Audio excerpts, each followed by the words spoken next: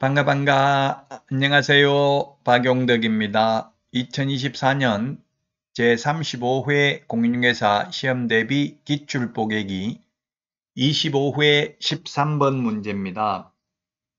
1번 개업공인중개사는 전속중개계약을 체결한 때 중개의뢰인이 당해 중개상물에 관한 정보의 비공개를 요청한 경우 정보망과 일간신문에 이를 공개하여서는 아니 된다. 그렇습니다. 비공개 요청한 경우는 공개하면 안 되고요. 비공개 요청하지 않는 한 7일 이내 정보망 또는 일간신문에 정보를 공개해야 됩니다. 2번 전속중개계약을 체결한 개업공개사는 정보망에 중개상물에 관한 정보를 공개할 경우 권리자의 주소 성명을 공개해야 된다 했는데 주소 성명 등 인적사항에 관한 정보는 공개하여서는 아니 됩니다. 인적사항에 관한 정보는 공개하여서는 아니 된다. 왜냐하면 우리나라는 인적사항을 공개하면 전화번호 공개하면 직접 손님들끼리 연락해서 직거래할 가능성이 있죠. 그래서 2번이 틀렸고요. 3번 전속중개계약이든 일반중개계약 표준서식이든 유효기간은 원칙 3개월 예외 당사자 약정입니다. 암기 프린트에 3개월 43번에 정리되어 있고요. 4번 중개 의뢰인은 개업공개사에게 거래 예정 가격을 기재한 일반 중개계약서 작성을 요청할 수 있다. 물가 수준 4가지 사항이라고 했죠. 암기 프린트 12번 맨 밑에 있는데 물, 중개상 물의 위치 및 규모, 가, 거래 예정 가격, 수, 중개보수, 준, 의뢰인과 개업공개사가 준수해야 될 사항 4가지 사항을 기재한 일반 중개계약서 작성을 요청할 수 있습니다. 5번 개업공개사는 전속중개계약을 체결한 때에는 당해 계약서를 3년간 보존해야 된다. 그렇습니다. 전속중개계약서 확인설명서는 3년 보존이고요. 거래계약서 5년 보존이고 매수신청대리 관련 서류도 5년 보존입니다. 자, 그래서 2번이 정답이 되겠고요. 다음 문제 보도록 하겠습니다. 14번입니다. 확인설명서 작성에 관한 것으로 옳은 것입니다. 1번 개업공개사는 중개 완성되어 계약서를 작성하는 때에는 확인설명사항을 서면으로 작성하여 거래 당사자에게 교부하고 5년간 보존이 아니라 확인설명서는 3년간 보존입니다. 그래서 X고요.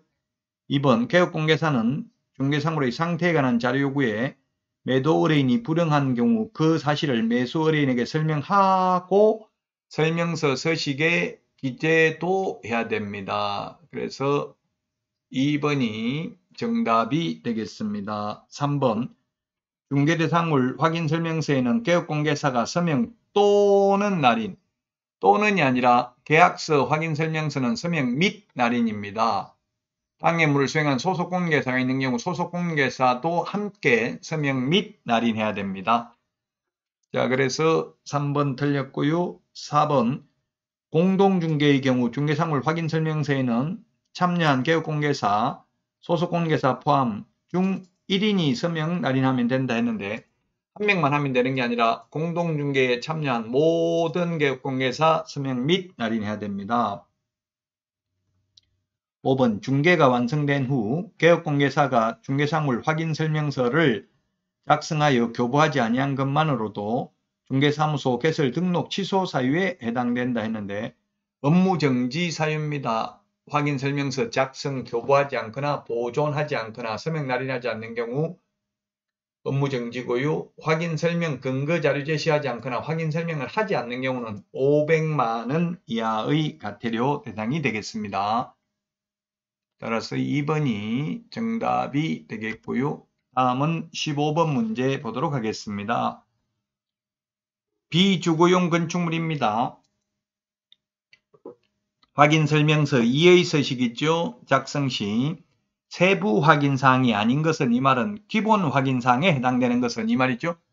기본 확인사항은 개업공개사가 직접 확인해야 될 사항이고요. 세부 확인사항은 의뢰인한테 물어보고 의뢰인이 고지한 사항을 기재합니다.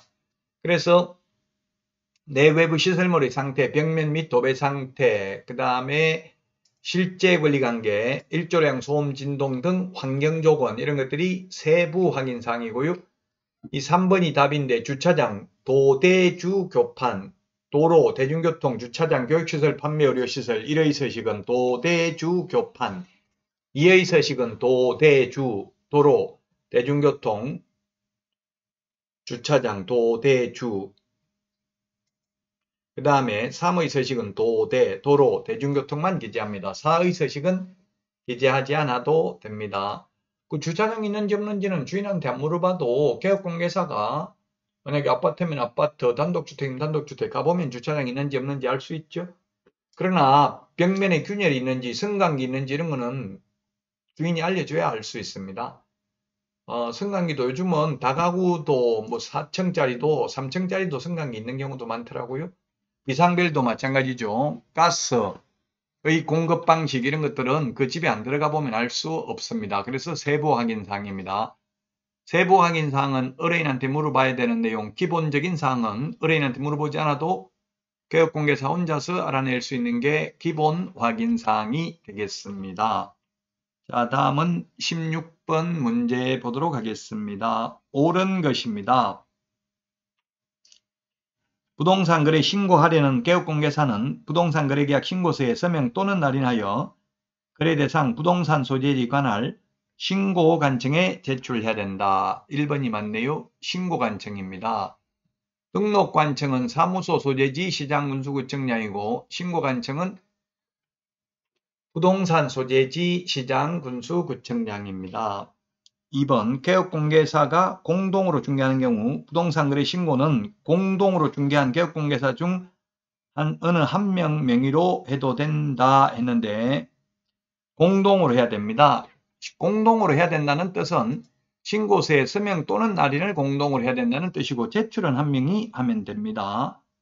자, 그 다음에 중개상물의 범위에 속하는 물건의 매매계약을 체결한 때는 모두 부동산 거래 신고를 해야 된다 했는데 모두가 틀렸네요. 임목, 공장재단, 광업재단은 부동산 거래 신고 대상물이 아닙니다.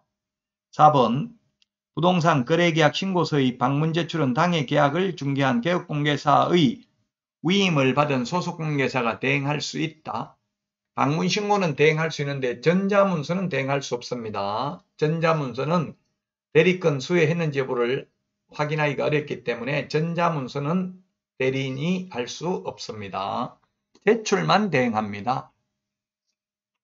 작성을 대행하는 건 아니고요. 5번 외국인이 대한민국 안의 토지를 취득하는 계약을 체결하였을 때 부동산 거래 신고를 한 경우에도 외국인 특례에 의해서 다시 토지 취득 신고를 해야 된다 했는데 이 말이 좀 어려운데 즉 외국인이 매매 계약을 체결했으면 계약일로부터 30일 이내 부동산 거래 신고해야 되고요.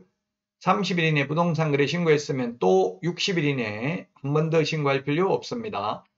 교환 계약이나 증여 계약은 60일 이내에 신고해야 되는데 매매 계약은 특례가 적용되지 않기 때문에 외국인이든 우리나라 사람이든 모두 계약일로부터 30일이고요. 이때 계약일은 만약에 그 가계약금을 지급했거나 계약서를 작성했다면 먼저 한 날로부터 30일 이내에 부동산 거래 신고를 해야 됩니다.